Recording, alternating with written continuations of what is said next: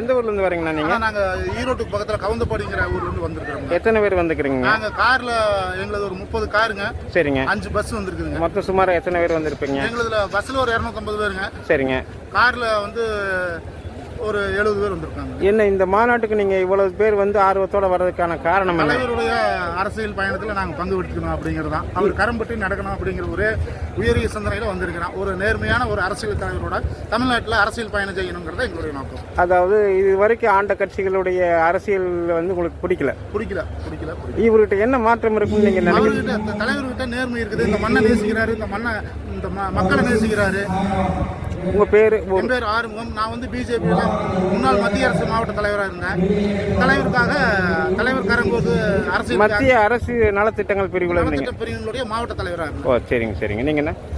நான் கவுந்தப்பட்டில இருந்து தான் வர்றேன். உங்க பேரு? அப்படி? என் பேர் செல்வகுமார். இந்த மாநாடு வந்து போதை விழிப்புணர்வு மாநாடா நடைபெறுது. இது வந்து சமுதாயத்துல என்ன மாற்றத்தை ஏற்படுத்துன்னு நினைக்கிறீங்க? கண்டிப்பாங்க. ஒவ்வொரு இளைஞர்களிடம் கொண்டு போய் சேர்க்கின்ற பொறுப்பு எங்களுக்கு இருக்குது. தலைவர் கட்டளையிட்ட உடனே இது வந்து ஒவ்வொரு இளைஞர்களிடம் கொண்டு போய் வந்து இந்த போதை ஒழிப்பை வந்து கொண்டு போய் சேர்க்கிற பொறுப்பை எங்ககிட்ட ஒப்படைச்சிருக்கிறார். அதை வந்து நாங்கள் திறம்பட செஞ்சு முடிக்கணும். அதே மாதிரி ஒரு நேர்மையான அரசியல் தலைவர் வந்து இதுனா அவர்ல தமிழக வரலாற்றில் 50 ஆண்டு கால அரசியல் 60 ஆண்டு கால அரசியல் வாழ்க்கையில் இது ஒரு ஊழலற்ற ஒரு திறமையான ஒரு அரசியல்வாதி இல்லை. அதனால் அவர் வர்றாரு. அதுக்காக நாங்கள் முழு நேரம் உயிரை கொடுக்க கூட நாங்கள் தயாராக. ஊழலற்ற நேர்மையான அரசியல் தலைவர் இல்லைங்கிற ஒரு வெற்றிடத்தை அண்ணாமலை அவர்கள் நிரப்புவார். அண்ணாமலை 100% நிரப்புவார். 100% நிரப்புவார். அடித்தட்டு மக்களுடைய வாழ்க்கையை உயர்த்துவதற்கு அண்ணாமலையை தவிர வேறு வழியே கிடையாது. இந்த அண்ணாமலை அவர்கள் எடுத்திருக்கிற இந்த முன்னெடுப்புக்கு தமிழகத்துல ஆதரவு கிடைக்கும்? பெரும்பான்மையான ஆதரவுகள் இப்பவே வந்து கொண்டிருக்கிறது. இன்னும் நீங்கள் பார்க்க போனால் இன்னும் 50 லட்சத்தை எட்டும் போது உங்களுக்கு தெரியும். இப்போ செகண்டுக்கு ஒவ்வொன்றா ஏறிட்டு இருக்கு. இப்போ 50 லட்சத்தை எட்டும் போது உங்களுக்கே தெரியும். அவர் வெற்றி பெறுவார்.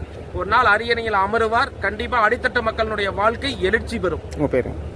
என் பேர் செல்வகுமார், கவுந்தப்படையிலிருந்து. நன்றி. நாங்க வேலூர் மாவட்டத்துல இருந்து வந்திருக்கோங்க. குடியாத்தத்துல இருந்து வந்திருக்கோம். பேர் சொல்லிட்டு. என் பேர் வந்து ரேகா.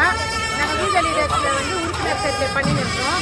எங்க அண்ணாமலை வந்து எல்லாருக்கும் நல்லது செய்வாங்க. தமிழ்நாட்டில் அவர் எடுக்கிற இந்த முயற்சி வந்து பலனளிக்கும் நீங்க நினைக்கிறீங்களா? கண்டிப்பா, நிச்சயமா 100%. ராயவேலூர் நாங்க குடியாத்தத்துல வந்திருக்கோம். நம்ம உறுதி லீடர்ல வந்து நாங்க உறுப்பினர் இருக்கோம். நம்ம அண்ணாமலை வந்து நம்ம தமிழ்நாட்டுக்கு ஒரு புதிய மாற்றத்துக்காக விஜய் வந்தது காரணமே நம்ம அண்ணாமலை தான். அவர் மாற்றத்தை உருவாக்குறன்னு நினைச்சது எங்க அண்ணாமலை தான். மாற்றத்தை கொண்டு வந்தது விஜய். ஆனா எங்க அண்ணாமலை தான் இதுக்கு முக்கிய காரணம். இந்த மாறுவோம்